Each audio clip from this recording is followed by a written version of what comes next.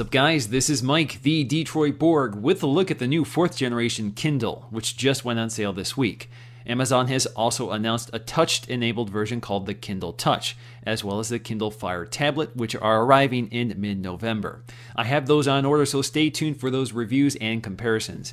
In the meantime, you can get your hands on the No Frills Kindle 4th Gen right now for as little as $79 with ads, or $109 with no ads. We'll take a look at what that means in the following review. There is no 3G version of the standard Kindle, just Wi-Fi. The Kindle Touch will be the only 3G capable Kindle once it arrives. Quickly going over the changes, the new Kindle is less than 6 ounces and is 30% lighter than the Kindle 3 with an 18% smaller body, but keeps the same 6-inch e-ink display. The new Kindle also gets the latest e-ink display technology with faster page turns. The new Kindle also loses the QWERTY keyboard in favor of an on-screen one, which we'll take a look at in the demonstration. Now the Kindle 4th generation, just like the 3rd generation, ships in this frustration-free packaging. It's also very eco-friendly. It's all cardboard, and you don't need any knives to open this. All you have is this little pull tab, so we'll pull that. It should open right up. And there is the Kindle. Now before we get to the Kindle, let's take a look to see the literature they include with the Kindle. This falls in line with the eco-friendly design of this packaging, so instead of getting a little booklet, all you do is get this little card, which again looks like it's made out of recycled paper. So on the front is the basic instructions. Of course, if you want more detailed instructions, the Kindle has that already in the reader. On the back, we have the license and terms of use. Now let's just lift the Kindle out of its cradle, and you can see it's wrapped in plastic, at least on the front. The back isn't wrapped, it's just the front plate. So let's peel this off. There you go. And let's put that aside and take a look to see the cable they included. So we have a USB cable. This is probably a micro USB cable, as it has always been. So there we go. Now you notice they did not include a wall adapter as they have with previous Kindles. So in order to charge this, you'll just have to connect this to any powered USB port, such as on your computer or anything like a DVD player inside your car or whatever. Now since this Kindle is not touch-based, it does have some physical controls. So we have a familiar D-pad for navigating. We have the menu button, the home button, a on-screen keyboard button, and a back button. The on-screen keyboard is controlled by this D-pad, so in order to select a number or letter, you'll have to use this D-pad. On the side, we'll find our back and forward button. So the forward button is larger, and you press down at an angle, so press this way. Same with the back button, and there's a duplicate set on the right. The Kindle's e-ink screen is matte, so there's less glare, so you see a little glare. It's not that bad at all. Certainly very different if you have a glass front panel. We do have a Kindle logo embossed on the top, and noticeably we have a very low profile bezel. Now this will be different with the touch-based Kindle, which will need a larger lip in order to set up the infrared technology, which is used to identify the positioning of your finger on the panel. In this case, it's not touch-based, so it's able to keep a very low profile. On the back of the Kindle, we'll find this one-piece plate, which looks like it's removable, but it's not. This is not meant to be opened by the end user. You can't change the battery or add additional storage. Now below all this regulatory labeling, we'll find some battery connectors. Now these are terminals for cases to interface with the battery. So some cases have built-in lights, and instead of providing their own battery, they can tap into the Kindle's battery. This was similar technology used on the previous Kindle, but it was located in a different location. It was located on the side. And of course, we have our power button and micro USB connector, as well as an LED indicator. All right, so it wants me to completely charge the Kindle, but I'm not going to do that right at this moment. We just want to take a look at the menu system, so let's power it on. I'm going to hold the power button. So we can see the LED indicator, and it's now booting up. Alright, so we're going to set this up for the first time, and you can see you can use the D-pad here to select. Of course, I'm in the United States. Next thing I need to do is log into Wi-Fi so it can connect to the Amazon servers and connect to my account and download all of my previous purchases. So I found my time capsule router, so let's connect to that. So now I need to enter my password, and this is where you're going to need to use the on-screen keyboard and the D-pad. So it wants me to press the keyboard button right here. Alright, so we have our on-screen keyboard here, which is surprisingly an A through Z keyboard. It's not a QWERTY keyboard, which is what I'm used to. Now you can see it's actually a tabbed keyboard, so if you want to go to symbols, you have to go to the top and select them. So let's go to symbols here. You see I have a whole host of symbols. Go back to ABC. This is lowercase, uppercase. You can see these are other characters. I see umlauts and S-sets and everything you need for other languages. So I'm going to enter in a fake password so you guys don't know what it is. I'm just going to pick, I don't know, Detroit Borg. So I can click it left and right one at a time or hold it. So it kind of scrolls past pretty quickly. Anyway, it gives you an idea. I don't really like that sort of keyboard, but as long as I don't have to use it too much, it's not a big deal. Anyway, let's put in my real password and get this started. And once we're done with the keyboard, just hit done and hit submit. Now on the top we have some indicators here, including Wi-Fi strength and battery level. Now, the next thing I need to do is register my account, or you can create a new one. So you can do it from your computer or create an account on the Kindle. I'm going to use an existing Amazon account. I just need to enter that information in. Now this brings us to the main home screen, and you can see Welcome Michael because it knows who I am now. And we can transfer our Kindle content from the cloud.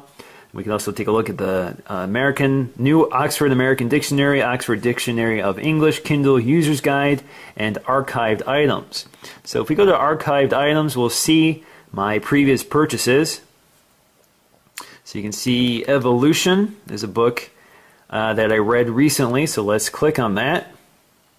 So the download is complete, and this is exactly where I last left it when I was reading it on my Kindle 3. Now to flip through the pages, just tap the buttons on the side, and you can see that every 10 or so pages it has to flash the screen to adjust the e-ink. There you go. Now you can only do it one at a time. You can't just hold the key down and let it scroll through. Now you have some other options if you press the menu button right here. So you get some options up here. So you can go back to the Kindle store, change the font size, which is what I want to try out here. So you can see you can select through a number of font sizes, and it previews in the background. You can also change the typeface from regular, condensed, sans serif. You can also change the line spacing to large, medium, small. Words per line to default, fewer, or fewest. You can also change the rotation to portrait, landscape with the keypad on the left, portrait upside down, and landscape with the keyboard on the right. So let's do that one. You can see now you're in landscape mode. So of course there is no accelerometer, it won't do it automatically. And when you press the D-pad while you're reading text, a cursor will appear, and you can see it at the top, and you can navigate around the page, and as you do so, a definition will appear. So let's go to languid. So languid, of a person, manner, or gesture displaying or having a disinclination for physical exertion or effort. Now if we want a broader definition, just press the center key. And now we have some other options so we can see the full definition, start a highlight, create a note, or cancel.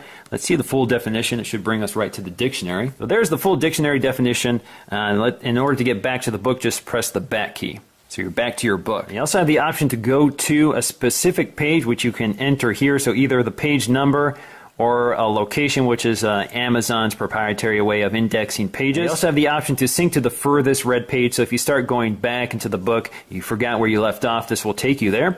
We also have a book description. We can search this book, so if we can search specific text.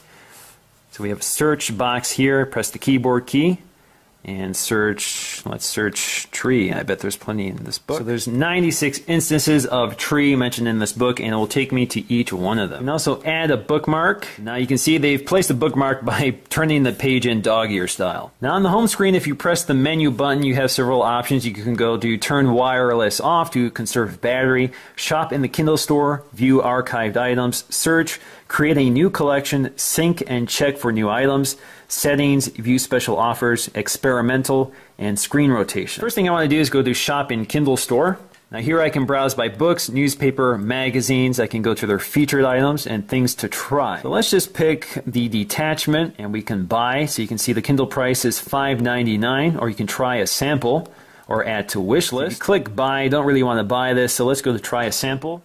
So the sample is downloading and will appear on my home screen once it's done. So you can see at the very top we have the detachment by John Rain. So let's click on that. So it's not that many pages, it's just the first 10 or so pages of the first chapter. Now if we go to search, we have several options here. Let's type in Apple. So we can search My Items, the Kindle Store, Google, search Wikipedia, or search Dictionary, or go to the web, which will bring up a web browser. So let's just search the Kindle Store for now. So there we go. We have several books, and if we click OK, we can take a look. If you want to buy that, it's only 99 cents. Click OK. Brings up the book, and it will download the item to my home screen. So if we go to Home, there it is. So we have some cover art, and we can start reading. Now let's skip down to Experimental. This is where you can load the web browser. So basically we have a web browser here with an address bar, a back button, a reload button. And it's pretty rudimentary because you don't have a mouse or a touch screen, so you have to move this cursor around. So what I want to do is go to the Apple website. The Apple page loads, and we have this little viewing box here that we can move around. This is basically a magnifier, so if I want to zoom on this section, just press the OK button, and it zooms up. Now to get out of that, you just press the back button.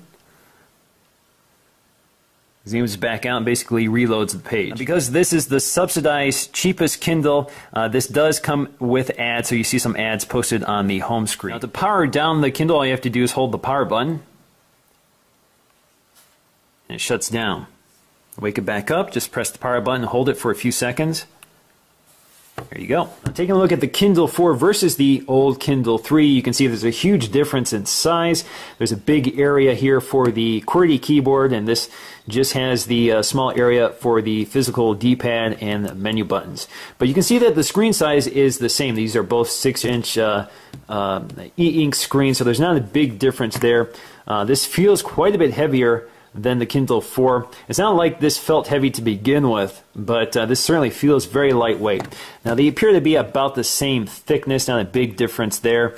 On the back you see that the Kindle 3 had speakers, the Kindle 4 does not. The Kindle 3 also had a headphone jack, and the Kindle 4 does not. So on the bottom of the Kindle 3 you see you have a volume controller with a headphone jack, an LED indicator, the micro USB port, and a power slider. The Kindle 4 is much simpler, just with the micro USB connector, an LED indicator, and a power button. Now, it's also interesting to point out that the buttons on the Kindle 3 are actually used on the Kindle 4. There's just fewer of them, but they have the same design, including the same design for the D-pad. Now to test the difference between these two displays, the Kindle 4 versus the Kindle 3, we're just going to turn some pages here. So we're going to go forward.